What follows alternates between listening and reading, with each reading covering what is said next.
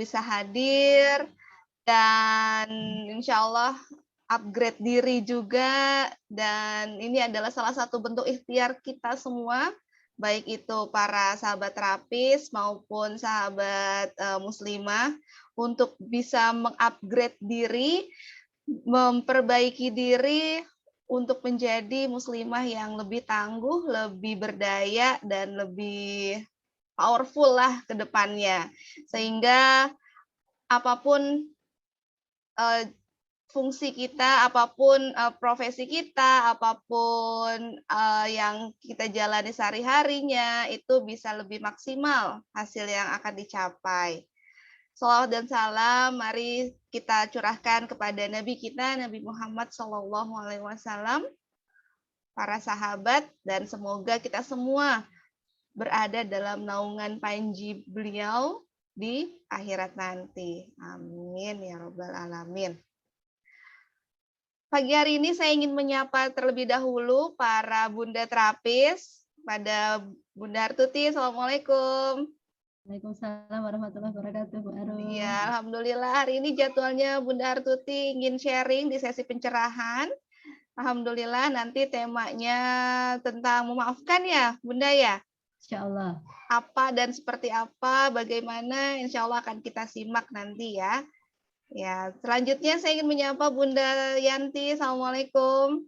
Waalaikumsalam warahmatullahi wabarakatuh, Mbak Arum. Masya Allah, Dan semangat nih ya. Semangat, insya Allah. Alhamdulillah, terima kasih Bunda atas kehadirannya dan keluangan waktunya. Masya Allah. Bunda Nening, Assalamualaikum. Waalaikumsalam, Bu Arum. Sehat, Bu? Alhamdulillah, sehat. Alhamdulillah. Ya. Di tengah aktivitas berkunjung ke orang tua, masih menyempatkan untuk sharing di sini, membersamai muslimah-muslimah semua ya. Alhamdulillah. Insya Allah pahalanya double-double nih. Amin. Assalamualaikum Bunda Nurul. Sepertinya sedang off dulu. Waalaikumsalam. Oh, ada. Alhamdulillah.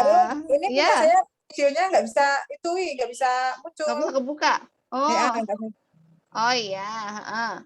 Nggak apa-apa. Yang penting suaranya ada ya. Ya. Ya, alhamdulillah. Ya, dan pada kesempatan kali ini, pagi hari ini, ada sahabat muslimah kita nih, Bunda terapis. Ada Ibu Ika. Assalamualaikum, Ibu. Apakah sudah on? Tadi sudah sempat on sih. Sudah. Oh, udah. Alhamdulillah. Iya. Di mana domisilinya, Bu Ika? Saya di Depok, Kak. Oh, di Depok. Iya, alhamdulillah. Iya. Bu Irma, Assalamualaikum. Waalaikumsalam, Bu. Ya, alhamdulillah. Bu Irma di Bekasi ya kalau nggak salah ya, atau di mana ya? Iya betul, di Bekasi. Di Bekasi, ya. Saya videonya nggak hidup dulu, lagi sama nyuapin Dede. Oh iya, silakan. Iya, nggak apa-apa, iya. Iya, makasih banyak. Iya, sama-sama. Assalamualaikum, Bunda Khalifah. Apakah sudah tune in, Bu Khalifah? Iya, nanti akan menyusul. Baik, para bunda terapis dan juga sahabat muslimah semua, mari kita sama-sama buka kegiatan hari ini dengan pembaca surat Al-Fatihah. Dimulai.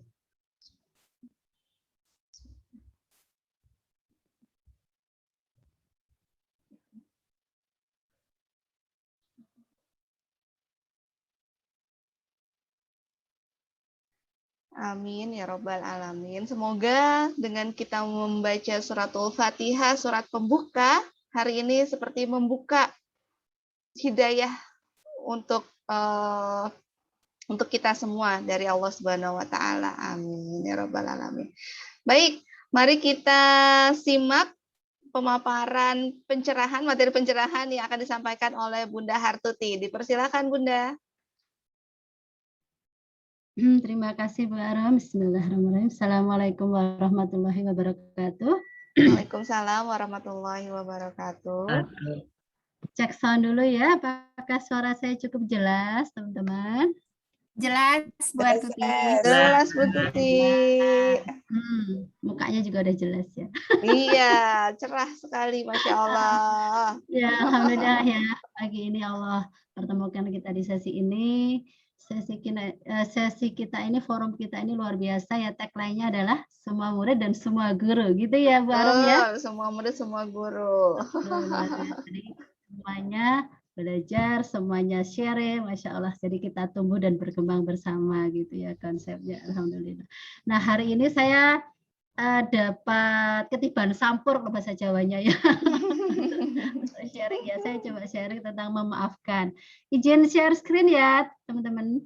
Tamat Doli, Bunda. Oke, sebentar.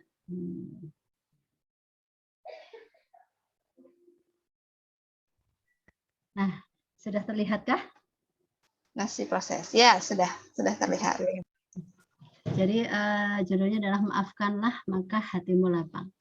Nah teman-teman, kalau teman-teman mendengar kata-kata memaafkan, ya, kalau teman-teman mendengar kata memaafkan itu yang langsung muncul di kepala apa ya kira-kira?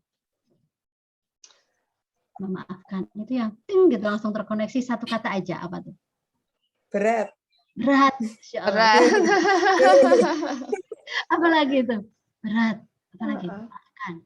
Rugi biasanya, merasa rugi. Oke, berat, rugi. Ada lagi kan yang muncul begitu kan, memaafkan. Yang muncul dong gitu langsung ting gitu loh, gitu kan. Enak aja. Enak aja, iya biasanya gitu. Betul. Ya berat, terus rugi, enak aja. Betul. Dan sebagainya semacam itu ya. Jadi ada semacam persepsi bahwa memaafkan itu adalah sesuatu yang kita lakukan untuk orang lain. Karena kan kita jadi rugi kan. Dia yang salah. Jadi aku yang harus maafin dong gitu. Jadi rugi dong gue gitu. Sebagainya nanti saya akan bahas khusus di belakangan ya. Tapi kenapa kita bahas tentang memaafkan ini? Saya kasih judul tentang ini judulnya tadi adalah maafkanlah maka hatimu lapang. Jadi sebenarnya kenapa kita perlu memaafkan? Jadi tujuan dari kita memaafkan adalah supaya kita bisa lapang hatinya dan bisa melangkah ke depan. Itu intinya itu. Jadi sebenarnya memaafkan itu sesuatu yang kita lakukan untuk siapa sih? Gitu. Untuk siapa teman-teman? Untuk diri kita sendiri, Bunda. Untuk diri saya sendiri ya, benar sekali. Jadi memaafkan itu adalah sesuatu yang kita lakukan sebenarnya manfaatnya, dampaknya itu justru lebih banyak untuk diri kita sendiri. Supaya hati kita lapang dan kita bisa melangkah ke depan. Terus gimana dong si oknum tadi? Gimana dong dengan pelaku yang sudah menorehkan luka, yang sudah membuat aku tidak nyaman, yang sudah membuat aku menderita misalnya. Kan kalau di surat Al-Fatihah itu ayat ke-4, dan Allah adalah penguasa hari pembalasan ya gitu ya. Jadi dia punya urusan nanti. Kalau dia nggak selesaikan urusan dia di dunia, dia akan punya urusan nanti di akhir. Karena ada Allah sebaik-baik pemberi pembalasan. Jadi nggak usah khawatir tentang dia, tentang pelaku, tentang oknum itu. Dia udah ada bagiannya. Akan dia selesaikan di dunia ini dengan kita, atau akan dia selesaikan nanti di akhir. Kan gitu ya. Nah, urusan kita adalah memaafkannya adalah ke dalam diri kita. Karena ini adalah urusan kita, bahwa dengan memaafkan kita buang sampah-sampah itu dari diri kita sehingga hati kita lapang dan kita bisa melangkah maju. Tidak terbelenggu, tidak terpenjara oleh hal-hal yang sebenarnya kadang-kadang kita gini. Kita ngerasa sakit, kita merasa nih menghukum. Dengan kita nggak memaafkan, kita merasa sudah menghukum pelaku. Dia rasain dia, aku nggak maafin dia. Nah, satu hal yang paling ngenes tuh kalau apa? Kalau dia nggak tahu sebenarnya kalau kita marah, kalau kita tuh kesel sama dia, ada kemungkinan nggak itu bahwa kita kesel sekali, kita merasa dia sangat melukai kita, sementara dia nggak tahu bahwa kita merasa seperti itu. Ada kemungkinan begitu. Jadi sangat ini ya sebuah peristiwa yang membuat kita tuh sangat melukai kita, dia enggak gitu. Dia nggak paham kalau itu sesuatu yang melukai kita. Jadi kita sudah merasa menghukum dia dengan nggak maafin dia. Ternyata dia nggak ngerti, dia nggak paham apa yang kita rasakan. Jadi kita istilahnya menderita sendiri gitu loh. Ya kira-kira kayak gitu deh. Ini tentang memaafkan. Maafkanlah maka hatimu akan lapang. Dan memaafkan adalah sesuatu yang kita lakukan untuk diri kita. Ini makna memaafkan ya. Upaya mengurangi atau membatasi kebencian. Jadi intinya dari memaafkan itu adalah usaha kita untuk mengurangi, menghilangkan kesel, benci, sebel gitu ya ke seseorang yang kita anggap sebagai pelaku. Kenapa kita anggap? Nah, kadang-kadang yang kita anggap sebagai pelaku dia nggak merasa jadi pelaku masalahnya. Makanya seseorang yang kita persepsikan sebagai pelaku. Jadi upaya kita untuk mengurangi rasa kesel itu, rasa benci itu, rasa dendam yang membuat kita itu pengen balas, pengen melakukan sesuatu keburukan juga buat dia. Tinggalkan melepaskan belenggu dari pikiran dan perasaan yang mengikat Anda dengan pelakunya nih. Sebenarnya orang yang tidak memaafkan itu nggak merdeka kan. Perilaku tidak memaafkan di dalam diri kita tuh membelenggu kita. Ya, bahkan kalau ada seorang, saya lupa ya, ahli itu yang mengatakan bahwa orang yang tidak memaafkan itu ibarat seperti dia tuh membawa kena celurit gitu ya, kena sabetan celurit di perutnya. Tahu ya teman-teman celurit itu yang pisau yang itu. Dia kena sabetan celurit di perutnya dan dia bawa kemana-mana tuh celurit. Kadang-kadang dia tunjukin ke orang-orang, lihat perut gue ada celuritnya loh. Gitu. Bangga ya. Sakitnya tiap saat. Gue korban, lihat gue korban nih, perut gue ada celuritnya. Dia bawa kemana-mana tuh celuritnya. Dia sakitnya itu. Ya, jadi ada yang nggak memaafkan itu seperti itu. Dia bawa kemana-mana itu celurit, dia nikmati sakitnya, dia nggak bisa ngapa-ngapain kalau ada celurit di perutnya. Dia gimana coba melakukan sesuatu yang produktif? Kan ada sesuatu yang nyakitin dia. Jadi dia membiarkan dirinya seperti itu. Orang nggak memaafkan tuh kayak gitu ibaratnya. Kena sabetan celurit dan dia bawa kemana celuritnya. Dan seolah-olah kadang-kadang ada malah memanfaatkan bahwa biar celurit ini di sini seterusnya. Ya. Kenapa teman-teman? Kenapa seseorang membiarkan celurit itu ada di perutnya? Kenapa kira-kira teman-teman? Apa yang dia peroleh? Apa yang dia persepsi seseorang yang nggak maafin tadi, apa yang dia pikirkan dengan membiarkan celurit itu? Untuk menunjukkan kepada yang nyakitin dia gitu. Nyakitin dia bahwa gue sakit gitu. Apa lagi? Dia merasa bahwa dengan cara seperti itu dia udah berhasil menghukum orang menghukum yang bersalah. Pelaku yang bersalah. Ada lagi yang sangat ini apa teman-teman coba? Dia merasa mendapat privilege. Ya, merasa ingin dikasihani. Itu merasa ingin dikasihani, berhak untuk dikasihani, berhak untuk marah. Dan bahkan kadang-kadang marahnya bukan ke sasaran yang tepat.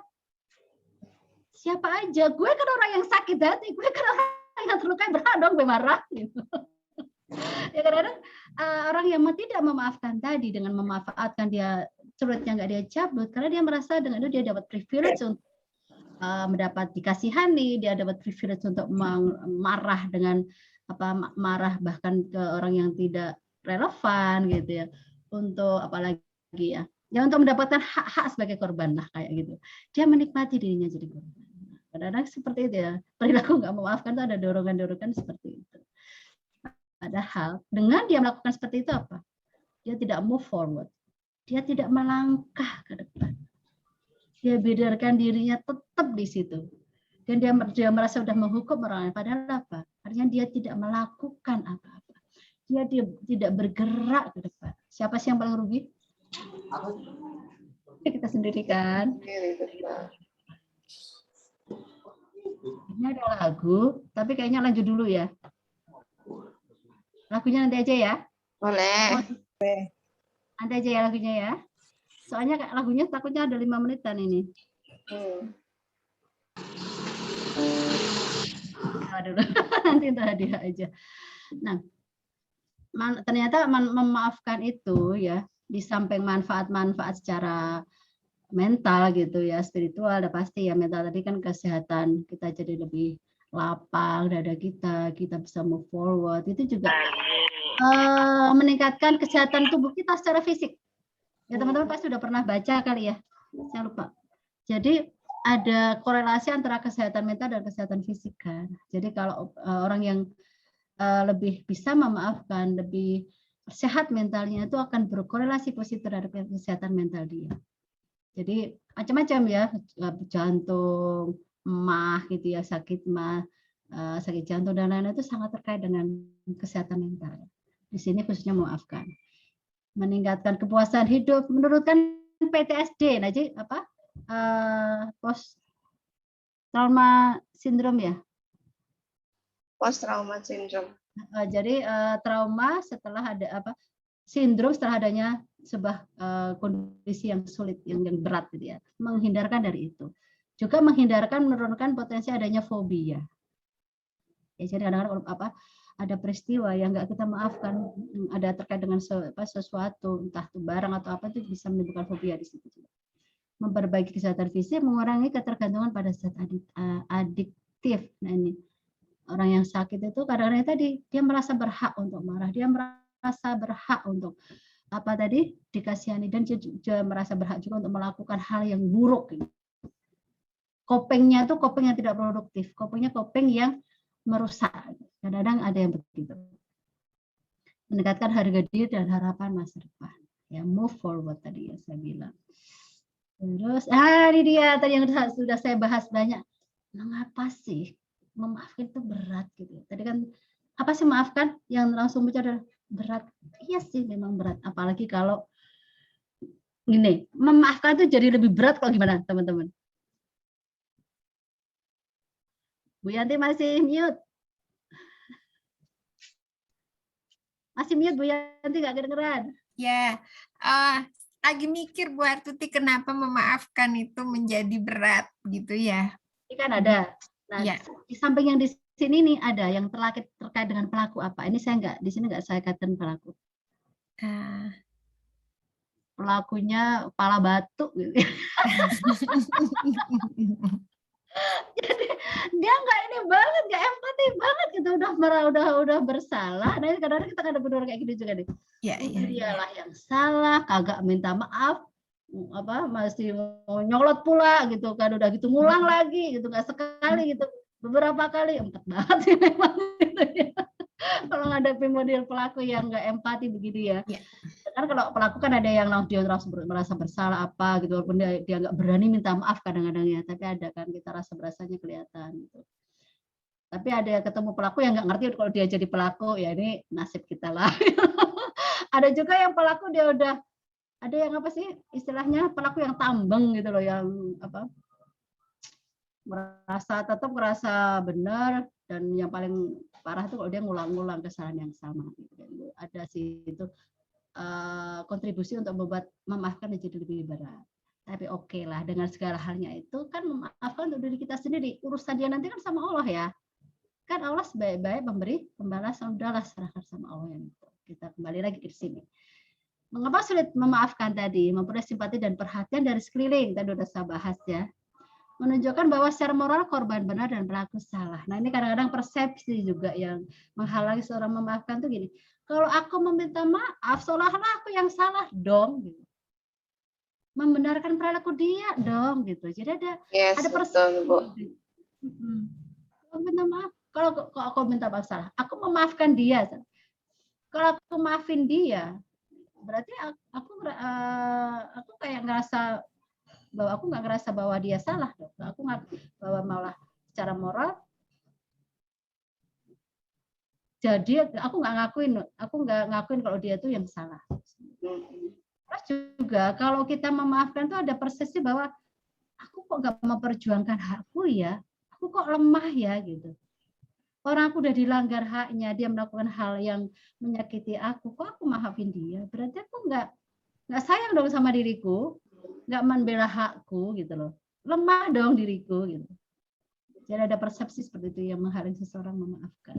Padahal ya tadi Dengan tidak memaafkan itu justru kita sudah membelenggu diri kita. Membelenggu diri kita untuk apa tadi? Tidak move forward, tidak lapang, tidak bisa bergerak ke depan.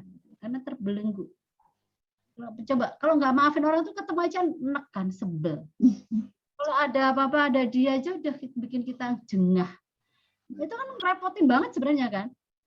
Bahkan kalau marah yang besar lewat di depan rumahnya aja malas kita.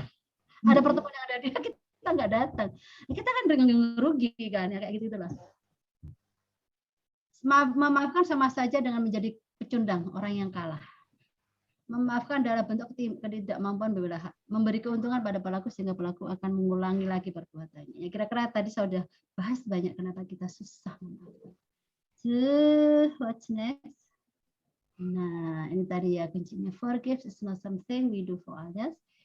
We do it for ourselves to get well and move forward. Nah, ini kuncinya ini ya teman-teman ya. Jadi, memaafkan bukanlah sesuatu yang kita lakukan buat orang lain.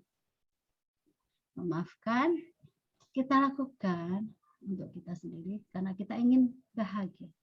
Karena kita ingin maju ke depan. Nah, siapa yang perlu dimaafkan sekarang? Siapa aja yang perlu dimaafkan? Pihak lain tuh bisa siapa aja? Iya, pihak yang bersalah pada kita maafkan. Bahkan bisa Tuhan loh. Bisa Nabi.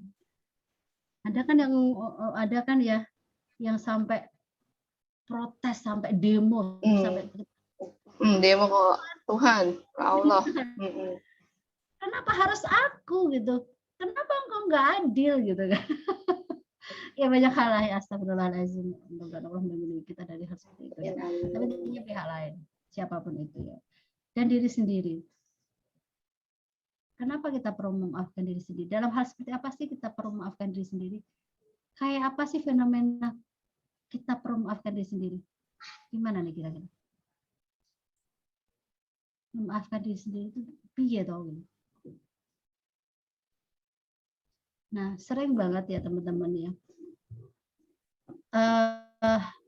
Kita makhluk sosial, kita bergaul, kita berinteraksi dengan orang. Kita kadang-kadang membandingkan diri kita dengan orang lain. Sama-sama alumni X, sama-sama kita kadang-kadang membandingkan. Kita nggak bandingin, orang lain yang bandingin diri kita. Tuntutan dari lingkungan. Kamu kan sudah begini dan begitu, kenapa tidak begini dan begitu gitu. Kadang-kadang tuntutan seperti itu. Nah, kalau kita tidak cukup punya keyakinan bahwa sesuatu itu terjadi karena kehendak Allah dan lain sebagainya. Kadang-kadang kita juga nama iman naik turun ya gitu. Kita kadang merasa ya kok gue gini sih gitu. Kok gue nggak berhasil, gue gagal gitu. Belum lagi kalau tentang sebagai ibu, anak kamu kok begini begitu. Kita merasa jadi ibu yang nggak berhasil, jadi istri yang nggak bagus, jadi apalagi tuh ibu yang belum cukup baik jadi ibu, belum cukup baik jadi istri, belum cukup baik jadi muslimah diri sendiri karena begitu banyaknya pang-wang dari luar itu. Nah, itu mensabotase diri kita, mensabotase bahwa saya sudah cukup loh, saya sudah sempurna loh, saya udah komplit loh, Allah udah kasih saya tuh komplit. Itu kadang-kadang itu lupa kita tuh. Tuhan tuh kasih kita tuh udah lengkap. Penciptaan yang sebaik-baiknya, dikasih alam semesta dan seisinya untuk manusia gitu kan. Kan ada ayat itu. Dan setelah kesulitan ada kemudahan. Surat Al-Insyirah ya. Dan setelah kesulitan itu ada kemudahan, diulang sampai 2 kali. Tuhan itu menjamin, bukan setelah kesulitan ada kemudahan, bersama kesulitan itu ada kemudahan. Dan sesungguhnya bersama kesulitan itu ada kemudahan. Luar biasa ya Allah tuh ya, jaminannya ya. Bersama kesulitan ada kemudahan. Keyakinan itu. Ya, jadi kalau hal-hal tadi ya yang membuat kita merasa nggak cukup, merasa lupa kalau Allah udah bikin kita udah komplit semua gitu ya. Kita kadang-kadang mengkritik diri kita tuh terlalu keras. Nggak gentle sama diri kita, nggak lembut pada diri kita sendiri. Nah, itulah kita perlu memaafkan diri kita sendiri. Lebih bersyukur, lebih menerima diri kita. Karena luar biasa Tuhan itu udah kita kasih ya tadi komplit gitu. Nah, kalau bandingin, Tuhan itu sudah menciptakan manusia komplit. Tadi ya dengan yang saya sebut tadi. Dengan kadarnya masing-masing. Kan ada tugas-tugasnya manusia itu. Udah kasih komplit dengan kadar-kadar masing-masing. Jadi bandingin itu bukan saya sama orang lain. Saya yang sekarang sama saya yang besok sama saya yang lalu. Itu pembanding yang adil. Itu namanya fair. Kita membandingkan adalah membandingkan diri kita dari waktu ke waktu. Bukan bandingin diri kita sama orang lain. Karena kadarnya masing-masing. Tuhan udah kasih ukuran, gitu kan? Nah, jadi kalau kita fair itu membandingkan diri kita kemarin, sekarang, ke depan. Jadi kita membandingkannya gitu. Kalau membandingkan dengan orang lain, nggak pernah ada yang ngerasa cukup. Ya nggak sih? Kan manusia gini. Ustaz, manusia lihat ke bawah tuh, lihatnya ke atas. Jadi nggak pernah cukup membandingkan sama orang lain. Makanya kalau saya pribadi membandingkan sama orang lain itu nggak fair loh. Nggak fairnya kenapa?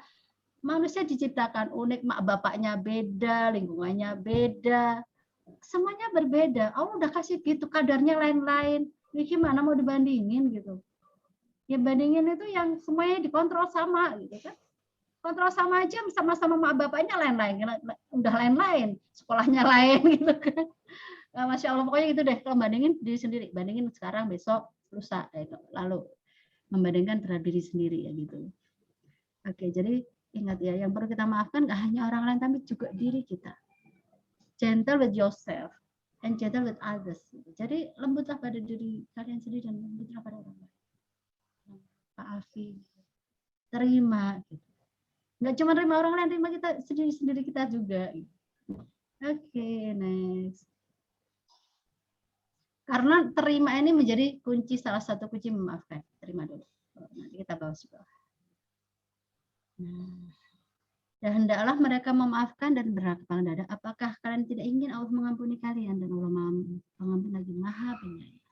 Jadi ini penguat pada kita ya, bahwa Allah itu nyuruh kita memaafkan dan berlapang dada. Supaya apa? Supaya Allah, kita ada pamrihnya, kita maafin. Supaya Allah itu juga mengampuni kita. Allah menyayangi kita. Kurang apa lagi sih kalau kita diampuni sama Allah, disayangi sama Allah. Masya Allah kan. Kelar deh urusan. Kan itu kan. Nah, sekarang tah memaafkan. Banyak teori ya tentang tah memaafkan ini ya. Banyak reach, ada macam-macam. Saya pakai yang ini. Ini dari Dandia. Dandia itu Dendi and Mahmudah yang Bandung itu loh, teman-teman. Nah, tak maafkan di sini kalau kata Dandia itu ada 5, mengakui, menyadari, menerima, dan mengalirkan. Mengakui, menyadari, menerima, mengalirkan, dan melepaskan. Nah, jadi pertama gimana kita bisa maafkan? Terus kita mengakui dulu. Mengakui itu gimana sih? Nggak denial, nggak kita tolak gitu. It's ok to be not ok gitu. Jadi artinya apa? Boleh kok kita itu, jadi boleh seseorang itu bermasalah, boleh. Boleh kok saya itu punya masalah, saya itu sudah nggak nyaman loh. Saya sedang punya masalah, saya sedang tidak ok.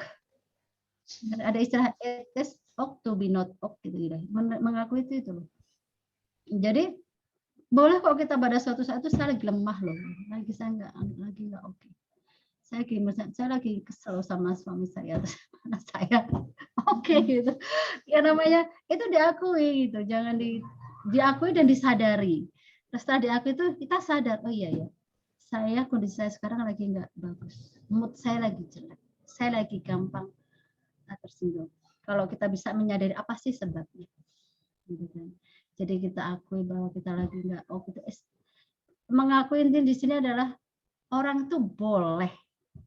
Orang nggak aku tuh boleh kok. Ya nggak boleh nggak aku, tapi terus-terusan dipakai menjadi senjata untuk melegalkan segala macam perilakunya. Ya itu ya nggak boleh. Tapi diakui pada suatu saat untuk diselesaikan. Karena kalau nggak diakui nggak bisa diselesaikan. Gimana kita mau menyelesaikan sesuatu yang nggak kita kenali, sesuatu yang nggak kita sadar kan nggak bisa diselesaikan toh.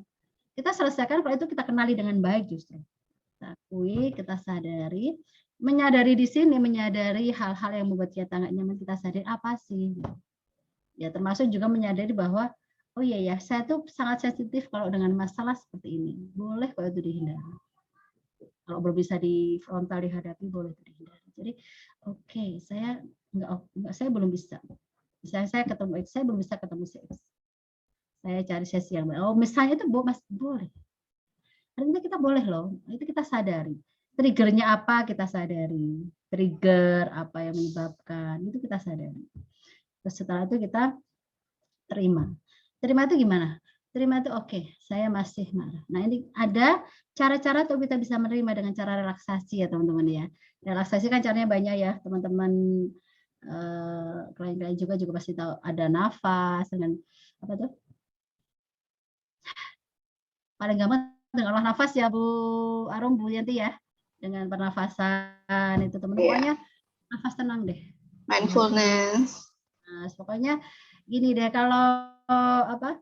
Nah, perlu juga kita tahu mood booster kita. Kita kalau lagi pas bete, lagi apa terganggu, lagi kesel apa itu apa sih yang buat kita tenang gitu. Itu juga perlu tahu. Jadi itu untuk lebih bisa terima kondisi kita.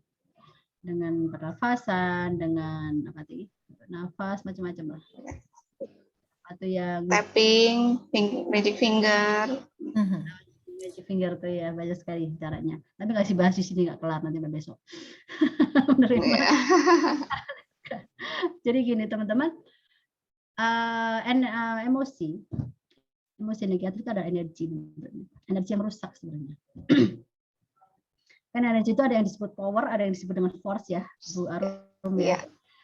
Power itu yang memberdayakan, force-nya yang merusak gitu. Nah, ini apa? Emosi negatif adalah force, jadi dia adalah energi yang merusak. Nah, ini kita perlu alirkan. Kalau nggak dialirkan dia bisa istilahnya bendungan jebol gitu kan. Dia bisa bisa jebol, bisa merusak gitu. Makanya kita harus mengalirkan.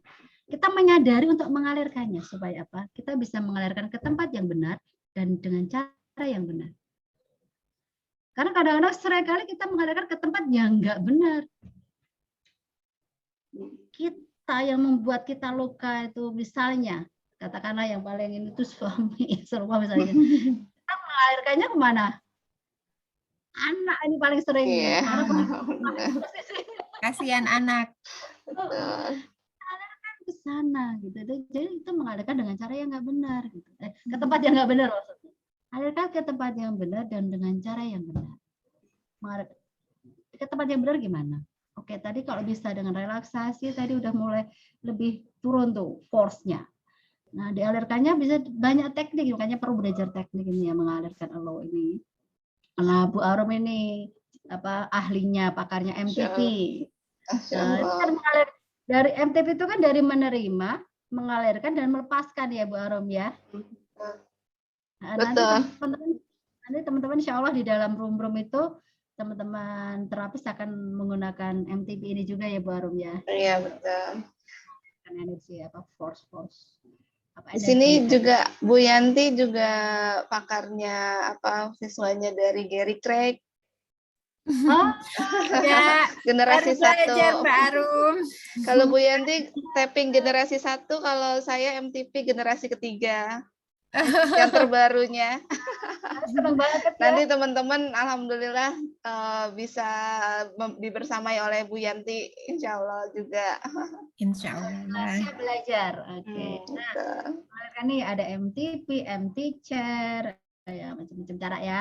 Jadi mengalirkannya intinya gini, teman-teman kita perlu nggak sih ngalirin ke orang yang kita marah, misalnya ke suami, kita perlu nggak objek hidup untuk mengalirkan emosi negatif ini?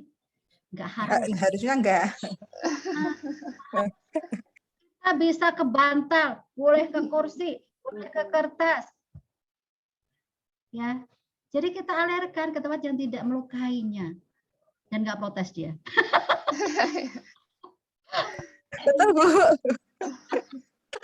Empty chair misalnya ya, kan empty chair itu pakai kursi kosong, kita ngobrol sama kursi itu, udah ungkapin semua boleh.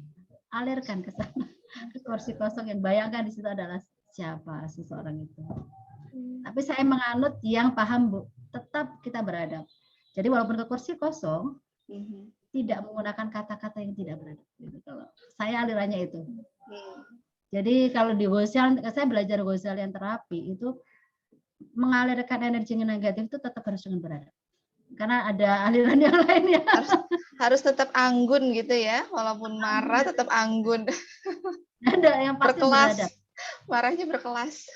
Jadi misalnya kita kan menggunakan empty chair, kita misalnya marah dengan si A, itu orang tua kita atau siapa, kita tetap harus menjaga adab. Gimana sih anak orang tua? Kita alirkan, tetap kita bilang. Kadang-kadang kan mau ngomong langsung, takutnya malah tambah bikin apa sih salah paham dan sebagainya. Ya, kita adakan dengan yang kita bayangkan orang tua di depan kita dan kita ngomong sama beliau dengan tetap menjaga adab. Itu dari Gosalian terapi ya. Itu pengembangannya Pak Ricky Firmansyah. Jadi saya alir aja itu. Nah, melepaskan away itu mencari hikmah ya, pasti dalam segala peristiwa. Kan tidak ada sesuatu yang terjadi tanpa izin Allah kan ya. Jadi nggak ada sesuatu yang kita anggap menyakitkan kah, sesuatu yang kita anggap membuat kita terpuruk, menderita, itu nggak akan terjadi tanpa izin Allah. So, kalau atas izin Allah, nggak ada sesuatu yang terjadi secara kebetulan, pasti Allah itu punya maksud. Pasti Allah itu punya apa sih? Sesuatu di balik itu gitu. Ada hikmahnya. Jadi kita bisa menggali hikmah, bisa bertanya pada diri sendiri, oh iya ya, kejadian itu membuat aku apa sih? Fokus positif. Oh ternyata membuat aku lebih kuat. Aku lebih apa sih? Lebih kuat, lebih bisa. Secara mental aku lebih kuat. Itu kan suatu hal yang positif. Dan kita akan lebih mudah aware, melepaskan, betul-betul membuang marah itu. Dengan kita mencoba menggali hikmahnya. Mencari hal-hal positif dari situ. Bahkan puncak dari memaafkan sebenarnya adalah apa teman-teman? Puncak dari memaafkan kita kalau bisa memberi hadiah pada orang yang telah melukai kita. Luar biasa. Luar biasa, benar. Kita kasih hadiah. Jadi itu apa ya, teorinya, saya lupa namanya, R.E.A. Rich itu. Dia ada di situ ada salah satu tahap itu yang setelah dia mengenali hikmah, apa sih manfaatnya buat aku, dia berikan hadiah buat dia. Karena dia dengan perantaraan dia yang dengan mengeluarkan luka di aku ternyata mendapatkan ini. Dia pas doa itu kan hadiah. Ya, mendoakan kebaikan buat dia gitu ya, dan apapun lah itu hadiah itu. Masya Allah ya, merinding. Saya belum nyampe sana sih. Ya. Oke, cara-cara memaafkan. Bagaimana memaafkan? Kuasai pikiran tetap terkendali dan reframing. Jadi gini, memang hal-hal yang negatif itu biasanya kalau kita mengalami peristiwa yang buruk atau negatif yang membuat emosi kita negatif itu kadang-kadang kan otak kita tuh yang aktif itu batang otak istilahnya, kan ada manusia itu ada batang otak, ada sistem limbik, ada korteks yang paling depan ini. Nah, kalau hal-hal itu yang menstimulus emosi negatif, yang terstimulasi emosi jelek, yang aktif itu batang otak. Batang otak itu apa? Taunya itu kalau nggak kabur, freeze, fight, flight. Kabur, nyerang atau membeku, bengong, ngeblank. Reptil ya. Nah itu tetap, makanya kita tetap harus berazam dari sekarang. Saya menasihati diri saya sendiri, apapun yang terjadi, kuasai pikiran. Nah, ternyata ada caranya. Teman-teman kan pernah dengar istilah 6 second rule. Jadi ada 6 second rule itu gini. Bagaimana secara kita menguasai pikiran kita? Minimal beri kesempatan kita untuk diam selama 6 detik.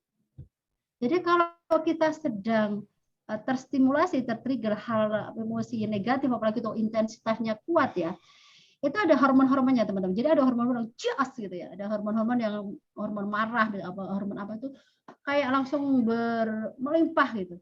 Nah dalam hitungan 6 detik itu udah turun. Dengan cara apa? Kita diam. Jadi cara kita menguasai pikiran minimal kita bisa bertahan 6 detik dulu. Apapun rasa marahnya, apapun itu tuh kita astagfirullahaladzim, whatever yang bisa kita lakukan gitu ya, tahan minimal 6 hitungan. 6, 5, 4, 3, 2, 1. 6 hitungan itu insya Allah kita udah bisa mulai kembali jadi orang gitu. Nggak jadi buaya lagi. Ya. Jadi kita coba, nah second rule yang minimal ya, itu senjata terakhir tuh teman-teman, katanya itu senjata kalau udah nggak bisa banget menguasai adalah dengan cara kita mematongkan diri. Tetap marah itu pengen meledak. Nah, saya kalau itu kita sudah mau mengayunkan tangan atau apa itu, kita patungkan. Dia langsung set, jadi patung. Gitu. Jadi jangan sampai jatuh aja gitu ya, terutama fisik ya, apalagi ke anak ya, Masya Allah, jangan sampai. Udah lagi salah sasaran pula gitu. Kita ngalirin ke tempat yang nggak benar gitu, udah gitu pakai kekerasan, aduh, nanti kita membenerinya itu udah PR-nya panjang banget.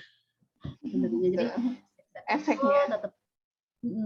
tetap terkendali, reframe ya. Setelah kita bisa mengendalikan diri, kita coba pikir ulang, apa sih sebenarnya yang terjadi tadi itu. Oh gini, dia kok gitu sih kok perilakunya, oh mungkin dia lagi begini, dia lagi stres, dia lagi banyak urusan.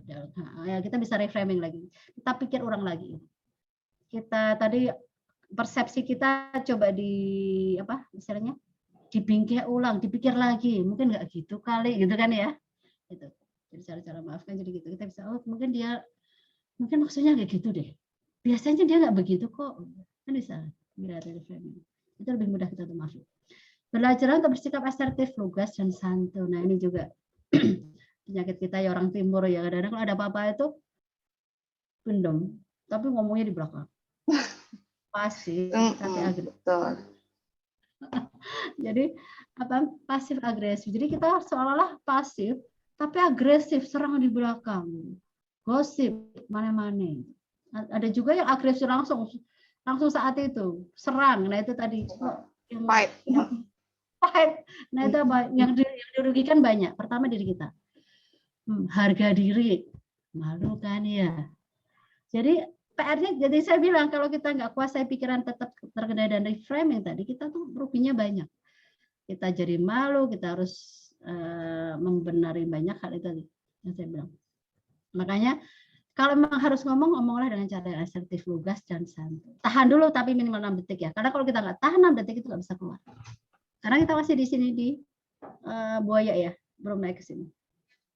Kalau belum bisa saat itu juga ya nggak usah dihadapin, nggak usah dipaksa saat itu untuk dihadapi. Nyingkir dulu, relaksasi dulu. Besok masih ada waktu 1 jam 2 jam lagi. Jadi jangan dipaksa ya teman-teman. Kalau kita belum bisa sanggup ngadepin itu masalah, jangan dipaksa, saat itu juga diselesaikan. Ada istilah panjang saya ngomong ini gitu. Jangan dipaksa, relaksasi dulu, tenangkan diri dulu, nyingkir dulu. Kalau kita siap baru kita ya, supaya nggak menimbulkan masalah-masalah baru yang lebih besar, lebih ruwet nanti. Mengakui, mengalirkan dan melepaskan emosi negatif. Nah ini tadi kadang-kadang ada teman tuh yang nggak bisa ngomong asertif, nggak bisa, nggak pasif agresif juga nggak, dia pendem, masuk ke sini semua. Nah itu remek gitu, nggak cuma secara mental badan kita juga. Jadi secara fisik dan secara mental kita yang hancur. Kalau jadi apa aja ya dipendam sama jadi kita lama-lama yang nggak kuat. Itu makanya kadang-kadang kita kan dia tuh sabar banget loh gitu kan. Kalau terakhir kita dengar katanya dia schizofren. Ada loh teman-teman. Jadi dia sabar. Kita kenal sebagai orang yang sabar, tapi terakhir-terakhir dia masuk rumah sakit jiwa. Karena sebenarnya dia menahan terus, menampung semua. Nah itu merusak. Jadi tadi harus dialirkan. Apa tadi? Mengakui, menyadari, menerima, mengalirkan dan melepaskan. Prosesnya. Ya kalau kita misalnya nggak bisa ngomong, nggak bisa, oke, ada di sini tapi dialirkan, ya. Tadi ada MTCR, MTP, memanfaatkan aktivitas sehari-hari. Nah ini teman-teman, MTP nanti di dalam ya, MTCR tadi kayak tadi. Nah, bagaimana memanfaatkan aktivitas sehari-hari? Nah ini teman-teman, ini saya dapat materi dari Pak Asep Hairul Ghani ya. Nah, itu aktivitas sehari-hari kita yang apa sih, kita mandi ya, tiap hari kita mandi itu, mandi terus buang air besar kayak gitu kan ya, itu kan yang kita lakukan tiap hari. Itu bisa kita lakukan untuk melepaskan emosi-emosi negatif. Gimana caranya? intinya gini caranya tuh. Jadi kalau teman-teman mandi, itu saya dari membasuh kepala itu bayangkan bahwa dengan teman-teman itu mengalirkan air gitu ya. Bayangkan bahwa kotoran-kotoran emosi-emosi negatif itu seperti gumpulan-gumpulan kotoran di kepala. Gosok-gosok tuh bayangkan gitu dan akan diguyur air tuh kotoran itu ngalir itu seolah ikut ngalir semua tuh. Tadi apa kotoran-kotoran emosi kita di kepala kita tadi ikut ngalir tuh. Sama dengan di tangan dan kaki. Memang benar bisa. Bisa nggak teman-teman? Bisa. Bisa. Kenapa? Karena otak kita ini nggak bisa membedakan mana realitas dan mana yang real. Jadi otak tuh loh, unik banget cara kerja otak itu. Kerja otak ini nggak bisa membedakan mana itu realitas dan mana itu yang imajinasi realitas. Apa misalnya contohnya? Nah kita kalau nonton sinetron aja nangis, kan ya? Drakor. Ikut nangis, tuh bayangin ini. Yang paling gampang tuh bayangin jeruk nipis lah. Bayangin jeruk nipis, belah, kecilin ke mulut coba. Asem kan? Padahal nggak ada jeruk nipis. Dengan nggak bisa membedakan realitas dan imajinasi, ada keuntungan ada kerugian. Kerugiannya itu ya otak kita juga bisa rusak dengan tontonan. Kan itu semuanya imajinasi. Ya anak-anak kita rusak dengan pornografi misalnya. Jadi imajinasi karena ini nggak bisa beda ini. Cuma tontonan sama beneran dia ngakuin itu nggak bisa beda. Tetap merusak. Itu juga bisa gunakan untuk kita pakai terapi. Ya tadi kalau yang kepalanya udah banyak yang lain-lain ambilin, buang. Itu juga dibayangkan kita bayangkan berapa kita ambil dan kita buang. Kalau tadi kan apa? Kita alirin, kita bayangin air itu mengalir kan. Kita bayangin itu masalah-masalah ikut ngalir. Nah, kalau dengan aktivitas kayak buang air besar itu kita ya sambil kita itu tapi jangan pakai saya kalau niat itu nggak usah diucapkan karena di kamar mandi ya. Ya itu niatkan kita kumpulin seolah-olah semua masalah itu ada di perut gitu ya, keluar barang semua kotoran itu kayak gitu. Iya.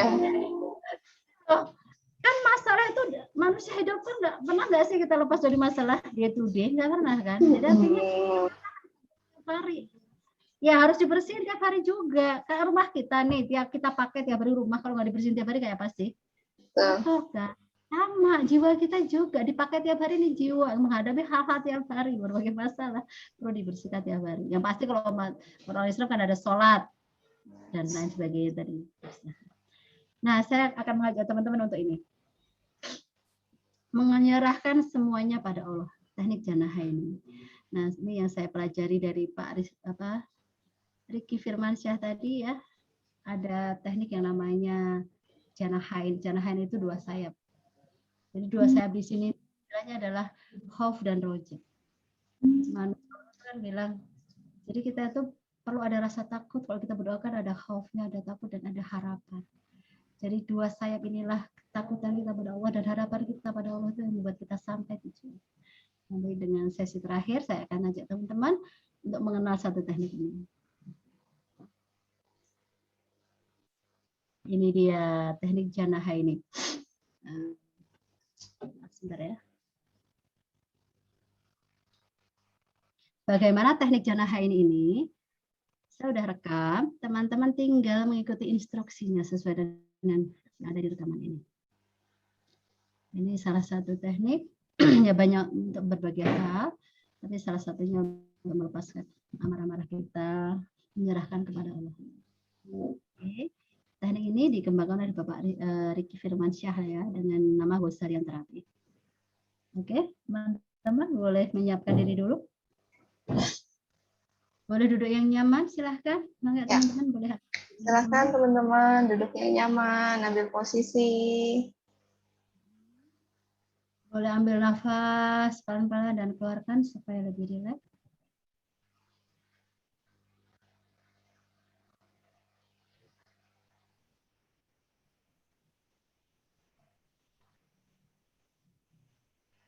Oke, kalau yang teman-teman nyaman, boleh dengan memejamkan mata ya.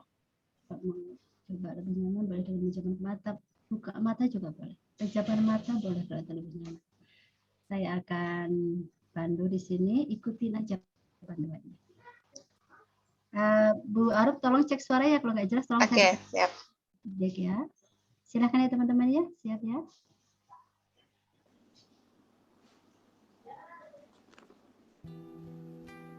Silahkan duduk dengan rileks, mata dipejamkan, dan atur nafas secara perlahan. Mulailah berzikir dengan menyebut nama Allah saja. Allah, Allah, Allah. Terus lafalkan hingga terasa seluruh tubuh kita ikut menyebut namanya. Hadirkan Allah di hadapan Anda. Sekarang silahkan letakkan tangan kanan Anda di dada sebelah kiri sambil menepuk-nepuk perlahan dada atau mengusapnya berulang. Sambil melakukannya, Anda bisa mulai mengingat kembali bagaimana tubuh selama ini merekam emosi tidak nyaman dan kadang memunculkan tindakan negatif yang sulit Anda kendalikan. Nah, mengadulah pada Allah betapa lemahnya diri dan tak kuasanya hati untuk terus menyimpan luka ini. Apalagi sesungguhnya yang paling merasakan ketidaknyamanan adalah diri aku sendiri. Hadirkan pula kenyataan bahwa Allah dapat mematikan kita kapan saja, sedangkan hati belum menemukan kedamaian. Mohon ampunlah pada Allah, karena selama ini kita kurang lembut pada diri, sehingga mudah kecewa. Kita kurang lembut pada orang lain, padahal dia bukan sosok Fir'aun yang bahkan Allah tetap memerintahkan Musa dan Harun untuk berlaku lemah lembut kepadanya. Sekarang bayangkanlah sosoknya yang telah menorehkan luka atau yang membuat Anda kecewa, dan katakan padanya, aku siap memaafkanmu demi kedamaian diriku. Karena hanya jiwa yang tenanglah yang dirindukan surga. Sekarang letakkan tangan kiri ke dada kanan, sehingga posisi kedua tangan seperti memeluk diri sendiri.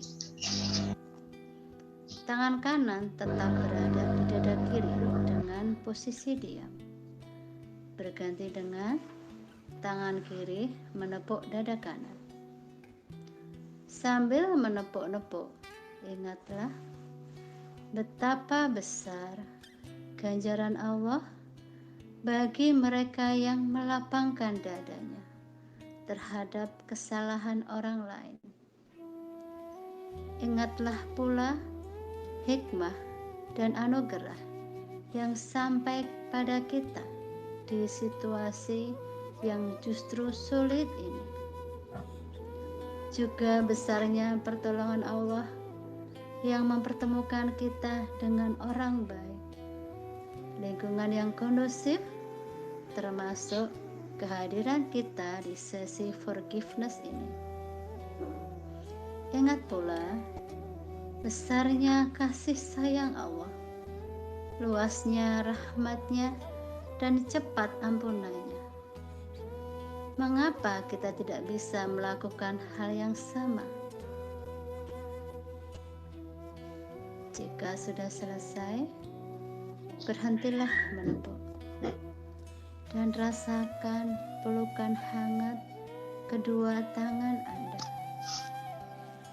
Bayangkanlah keriuhan penduduk langit karena Anda berhasil melapangkan dada. Khauf dan roja, laksana sayap burung yang membawa Anda terbang mencapai tujuan. Tarik nafas panjang, hembuskan perlahan-lahan. Mulailah Anda menepuk-nepuk dada Anda dengan kedua tangan seperti burung yang mengepakkan sayap. Kali ini penuhi diri Anda dengan cinta dan rindu kepada Allah. Bayangkan kasih sayang Allah, rasakan kesegaran dan semangat mengalir ke seluruh tubuh Anda. Karena udara kini memenuhi rongga dada yang semakin luas seiring menutupnya lubang luka yang semula menganga. Bila Anda merasa cukup, silahkan membuka mata Anda.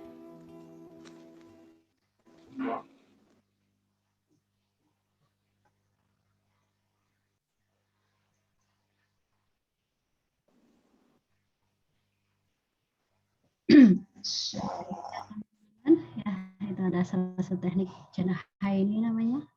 Ada teknik-teknik yang lain jadi gak usah dan ada MTP sekarang. Oke, teman-teman, demikian yang bisa saya sampaikan. Lebih kurangnya mohon maaf. Saya akhiri. Assalamualaikum warahmatullahi wabarakatuh. Waalaikumsalam warahmatullahi wabarakatuh. wabarakatuh. Masya Allah, Bu Artuti, terima kasih banyak. Iya, sharingnya luar biasa, Masya Allah. Sesi pencerahan kali ini insya Allah benar-benar mencerahkan ya Bu Yanti ya, Bu Artuti, Masya Allah, dan sahabat muslimah semua. Dan semoga setelah sesi pencerahan ini level dari ketidaknyamanan yang dirasakan oleh sahabat muslimah sudah turun, sudah berkurang insya Allah. Nah nantinya di sesi breakout room, di sesi one on one, insya Allah dapat solusi lagi, dapat solusi kembali. Baik, untuk berikutnya kita akan terima kasih kepada Bunda Hartuti. Jazakillah khair, insya Allah keberkahan buat Bunda Hartuti dan juga buat kita semua yang menerima ilmunya ya. Insya Allah, amin ya Rabbal Alamin. Ya, sahabat muslimah semua dan Bunda Terapis, jadi kegiatan ini dinamakan program terapi, konseling ataupun coaching dan namanya yaitu Beautify Your Mind yang diselenggarakan oleh komunitas kami, komunitas Muslimah Empowerment Class. Jadi nanti programnya ada sesi terapi, konseling dan Beautify Your Mind ini. Dan juga ada sesi sharing nantinya, sesi sharing dari muslimah kepada muslimah, dan itu materinya juga tentang empowerment, tentang empowering muslimah ya. Dan baik, kita akan mulai saja sesi one on one-nya. Di sini ada Bunda Irma dan Bunda Ika ya. Selebihnya sepertinya masih ada konfirmasi Bunda Nurul untuk muslimah yang lain? Ada konfirmasi? Mungkin tidak hadir atau apa? Kak Arum, mohon maaf, saya juga ini lagi ada jadwal vaksin. Apa bisa diundur agak siang atau sore gitu ya? Oh boleh, nanti kita via WA saja ya dengan terapisnya ya. Ya baik Kak. Jadi nanti Bunda terapis boleh ya nanti menghubungi langsung ke sahabat muslimah yang memang butuh untuk dibersamai. Nanti janjian gitu ya, nanti akan kami pilihkan siapa dengan siapa gitu. Berarti pagi ini Bunda Irma saja ya, Bu Irma saja ya? Ya, Bun. Iya, Bu Irma mungkin bisa dengan Bu Yanti. Bunda Yanti bersediakah? Iya, iya. Oke, bersedia. alhamdulillah ya. Jadi untuk sesi pencerahan alhamdulillah sudah dilaksanakan dan sekarang kita akan ke sesi one on one. Saya akan masukkan Bunda Tuti, saya aja yang itu ya, yang bagi Ya, breakout iya. room-nya.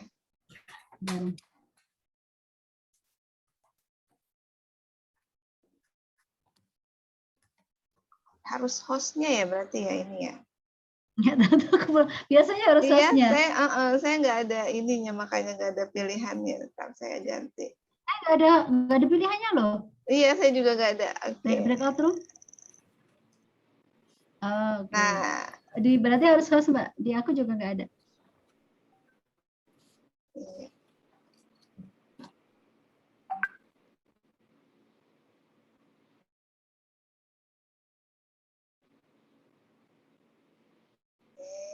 ya. Manually atau automatically ya? Oh, manually. Manualnya kalau yang mau dimasukin cuma 2. Iya, oke.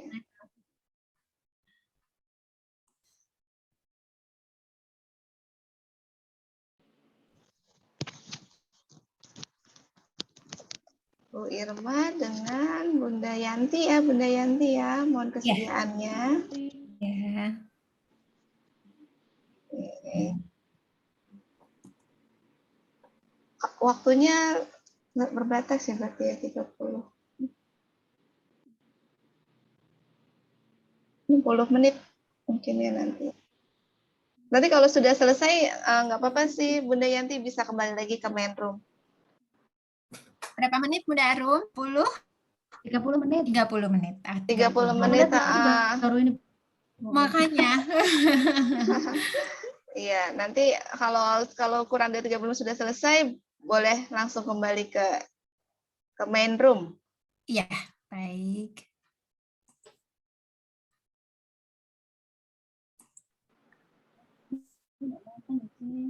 Ya, silakan Bunda Irma dan Bunda Yanti.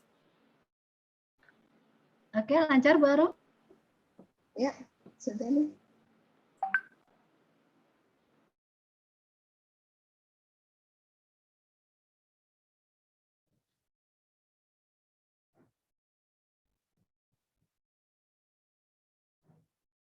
Belum net. Oke, sudah join. Bunda Irma, oke, sudah. Ya, selebihnya sudah kita di sini. Bu Ika ini juga terapis juga, Masya Allah. Tapi Bu Ika sedang ada kegiatan ini apa? Kegiatan apa Bu Ika? KKG, apa sih KKG? Apa gitu, pelatihan apa gitu. Bu Ika boleh live apa gimana baru? Bu Ika dengan siapa? Dengan Bunda Nening ya? Bu Ika dengan Bu Nening ya? Janjian nomor. Ya, boleh. Tunggu. Saya masukin ke room nanti janjian. Boleh nomor WA-nya Bu Nening disimpan oleh Bu Ika. Bu Ika bisa catat nomor WA-nya Bu Nening? Oh iya, bisa. Bu Nening sebutkan nomor WA-nya, Bu. 0812 0812 Ya. 9126 9126 7550. 7550. 0812 9126 7550 ya, Bun. Iya. Iya, Bu Ika, nanti bisa hubungin Bu Nening ya. Iya. Ya, makasih. Ya, sama-sama. Ya, sama. Kalau mau izin live berarti diperbolehkan Bu Ikanya ya. Iya, Bu Ika boleh kalau izin mau izin live. Ya, izin live ya. Iya. Ya, izin live. Assalamualaikum. Waalaikumsalam warahmatullahi wabarakatuh. Iya. Loh, Bu Ika juga, Bu Ika maksudnya. Bu Ika malah, nah. Bu Ika ya, Bu Ika maksudnya. Salah dengar kayaknya Bu Ika. Bu Ika. Itu siapa tadi? Siapa Bu Ika? Ya. Oh, Iya, Bu Ika salah satu terapis juga. Iya, nanti dengan cuma saya. Bu Ika tadi dengan Oh, Bu Neneng sama Bu Ika Ika. lain. Iya, Ika dan Ika. Bu Ika lain. jadi keluar. Iya, Bu Ika jadi keluar juga. Iya. Bu Ade nanti kali Jadi gimana? kita Freeze ya? masukin Baru freeze. semua ke Ya gimana freeze sih? ya? Saya pokok ya Allah dimakanin sama. freeze. Halo, cek. Pak, aku Udah ada udah lagi? mau makan. Udah ada. Ini kita tinggal berempat ya di sini. Ya kita Iya, Ada Mbak berempat. Nurul. Main room. Nanti Bunda Nurul ini ya masuk ke grup kumpulan peserta tuh nanti Iya. Bunda Nurul yang masukin semua. Aku jadiin admin grup peserta nanti. Apa gini aja beberapa Gimana? peserta yang hari ini nggak hadir diminta jadwalnya di situ aja online dan Oh iya benar. Mau kapan gitu ya? kan nggak bisa ada di sini nih. Kan udah ada berapa yang terdaftar? 9 kan? 9 ya. 9 iya makanya. Sayang tuh. Jadi ditanyakan aja mereka available kapan untuk langsung online dipasang-pasangkan dengan ininya pakai Dengan iya betul. Iya, iya. Betul begitu. Nanti makanya saya ini. Bu Nening, mau izin live nggak apa-apa, Bu Tuti juga nggak apa-apa. Nanti saya tunggu Bu Yanti selesai. Oh gitu. Bunda Nurul juga nggak apa-apa. Ada yang kita bicarain ya, berarti kira-kira mau ada yang mau dibahas nggak? Oh tadi saya mau tanya tentang yang itu tuh keren juga tuh apa? Janahaini. Itu pelatihannya berapa hari Bu? 3 hari. Oh 3 hari juga, Masya Allah. Iya. Banyak sih tekniknya. Terus ada protokolnya juga. Fokus segini 12 tahap. Jadi dia tuh kemarin kita memang fokus pelatihannya udah agak lama ya, tahun berapa tahun. Pornografi sebenarnya. Nah itu pakai apa? Oh tentang pornografi. Ada protokol khusus pornografi. Memang beratnya Ghazalian terapi ini adalah satu masalah itu ditargetkan selesai dalam 7 sesi. Oke. 7 sesi dalam waktu 40 hari. 40 hari.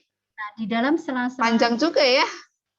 Di hari antara hari itu mereka dapat PR-nya banyak. Riadoh sama Riadoh. Jadi pekan pertama itu apa, pekan kedua PR-nya apa, pekan itu beda-beda bukan beda apa. Kalau misalnya peran pertama A, peran kedua ada B, B dan C. Masya Allah. Siapa trenernya Bu? Pak Riki Firmansyah. Nanti saya share ininya ya. Saya share apanya? Kalau dia ada link YouTube-nya atau apanya boleh. Nanti aja Ghazalian terapi Riki Firmansyah udah banyak banget videonya. Iya. Saya udah certified sebenarnya, cuma memang jarang praktek ya, jarang praktek saya. Nah itu. Jarang praktek ke klien. Kalau yang klien itu ada protokolnya Bu. Jadi itu dapat protokol 3 hari pelatihan tadi. Iya. Menarik sih. Ya. Saya pakainya sepotong-sepotong kayak Janahaininya, terus ada Urza. Ya pokoknya dimodifikasi lah ya gitu. Mana yang kira-kira dipakai semua. Kalau itu untuk berat. Jadi itu mungkin harus sering mungkin masih harus jadi dikembangkan baru Pak Riki Firmansyah ini. Pak Rifki Firmansyah. Kayaknya saya pernah dengar juga deh Rifki Firmansyah. Baru 3 tahun ini, jadi beliau mengembangkan dari Ghazalian, dari pemikiran-pemikiran Ghazalian. Imam Ghazali. Ini kayaknya yang kemarin Rumah Sahabat Kolbu yang saya pernah bantuin Bu Mul Yansari yang terapi Qurani. Itu kayaknya juga hampir mirip itu deh. Tapi Pak Ridwan itu kelasnya baru ada di Malaysia. Ngajar di Malaysia beliau tuh. Nah, yang Rumah Sahabat Kolbu mau adain gitu. Cuma memang dari pihak Rumah Sahabat Kolbunya belum ada kelanjutannya itu. Tapi memang kalau itu 18 kali sesi latihannya lebih, jadi kayak lebih kayak kuliah gitu loh, Bu. Yang terapi Qurani itu. Tapi memang salah satunya ada yang metode Ghazalian itu. Ghazalian, Masya Allah. Itu 3 hari berturut-turut gitu, Bu? Kalau kebetulan saya masih offline ya. Offline, iya sih full ya berarti ya, pagi sampai sore gitu ya 3 hari. Yang susah dari Ghazalian terapi apa coba, Bu? Istilah-istilahnya. Oh iya, istilahnya pakai bahasa Arab gitu ya? Istilah-istilahnya kan semuanya pakai, misalnya nih, janaha itu kan kayak